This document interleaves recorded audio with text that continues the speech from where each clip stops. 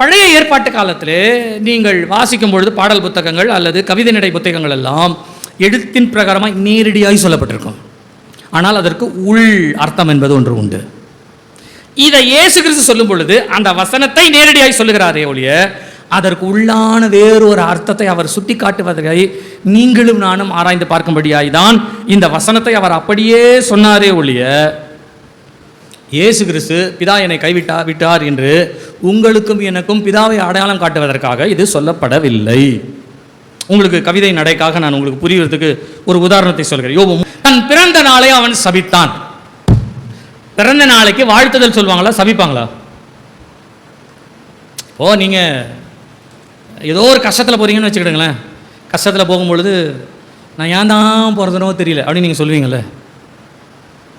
சொல்லுதுனோட அர்த்தம் என்ன? ஆக்சுவலாக எதுனோட அர்த்தம்? யோபு நேரடியாக தன் பிறந்த நாளை சபித்து அப்படின்னா அவர் யார் உண்டாக்குனா? ஆண்டவர் தான் உண்டாக்குனாரு. ஆண்டவர் உண்டாக்குனால அவர் சபிக்கிறாரு. இது நான் சரியா? இது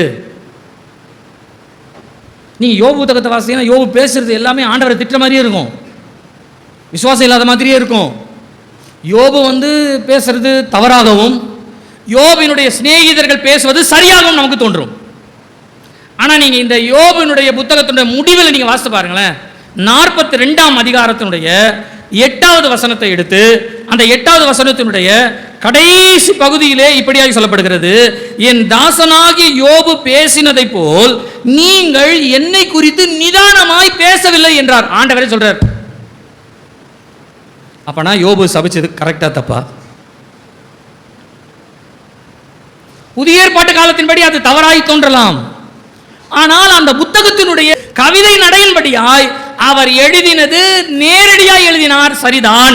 ஆனால் அதற்குள்ளே அவர் சொல்ல வந்த அர்த்தம் வேறொன்று. கவிதை புத்தகத்தை பாடல் புத்தகத்தை வாசிக்கும் பொழுது வாசிக்கிற மாதிரியே நினைச்சுக்க கூடாது. அப்படியே வாசிக்கிற மாதிரியே நினைச்சீங்கன்னா எங்கெங்கயோ போயிடும் சிந்த.